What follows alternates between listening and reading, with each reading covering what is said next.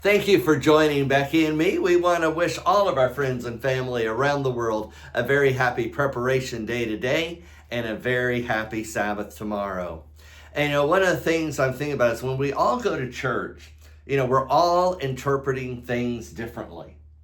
As a matter of fact, I've read that even in a family, since the family is so different for the youngest in the family than it is for the oldest sibling in the family, everybody's perceiving the family different so that they're actually not even living in the same family.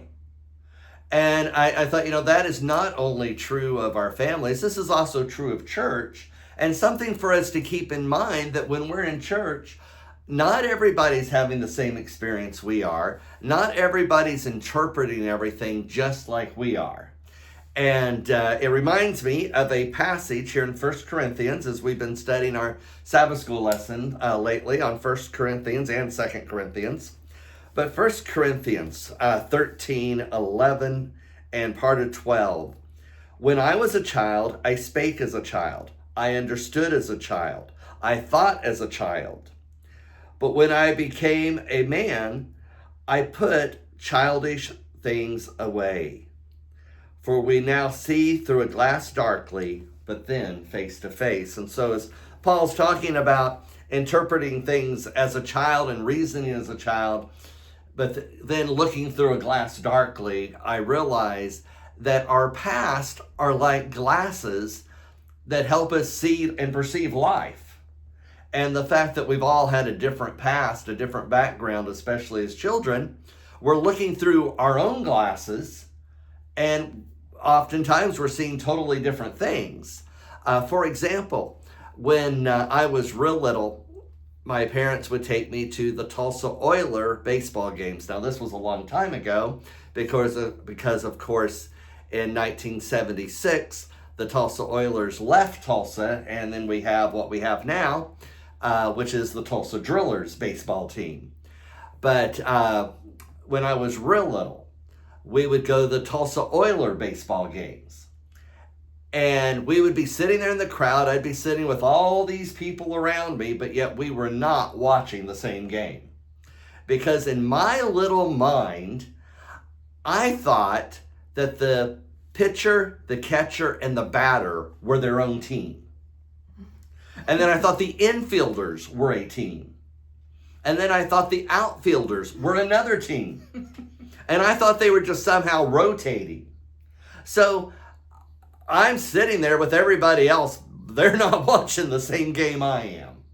They're not interpreting it like I am or perceiving it like I am. And I remember another thing, of course, being a little kid, we had one baseball at home to play with, and so we would play one game with one ball.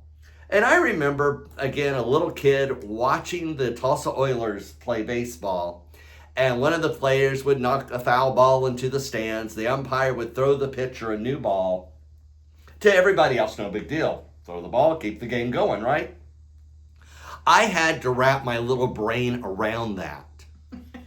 I'm trying to comprehend now, same game, different ball. And my little mind just couldn't comprehend that because it wasn't what I was used to at home. That's not how I viewed and interpreted things at home. And so now I'm having to realize you can play the same game with a different ball. Now, probably nobody else that probably didn't even cross anybody else's mind, but it did mine.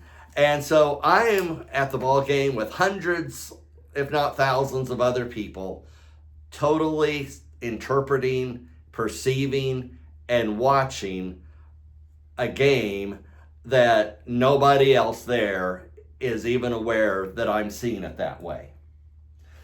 When you were growing up, was there anything that you saw differently?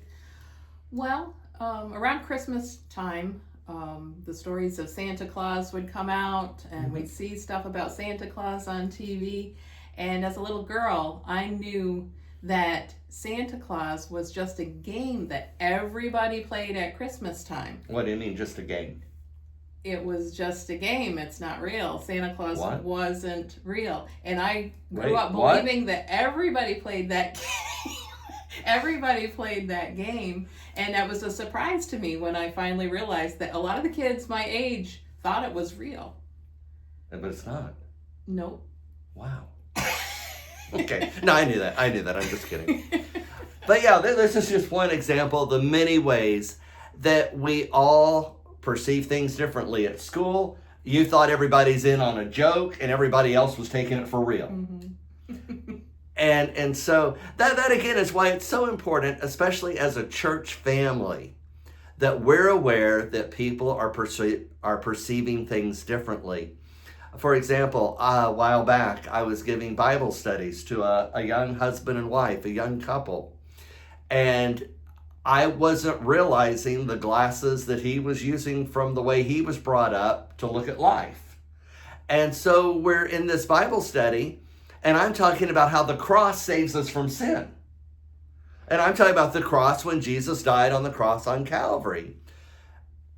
Well, then he starts asking questions, and he's like, well, you mean the cross Jesus died on, right? And like he was confused. And my first reaction is, yeah, duh, you know? And then I realized I had offended him. And then I felt really bad, because then I realized that with his upbringing, they had, crosses, the crucifixes, crosses on our jewelry. And so he'd been brought up in a culture where you actually worshiped a replica of the cross. And so when I was talking about the cross saving us, he thought I was talking about a literal crucifix or piece of jewelry. And that's what he was trying to process.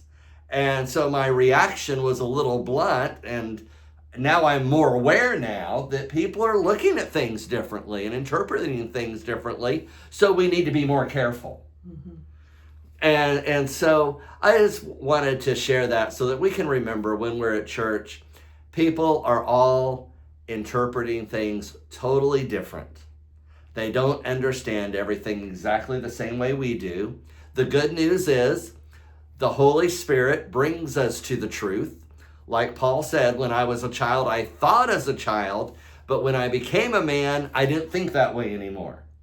And so the Holy Spirit brings us out of those ways of thinking. I don't sit at a baseball game now thinking that the pitcher and the batter are on the same team. I've grown up. And so we're all growing up, but also we need to be patient and understanding of the fact that other people have different perceptions, different ideas, and as we grow and mature, we come into a unity of belief. But again, because of our childhoods, because of our past, we're all looking at life through different glasses.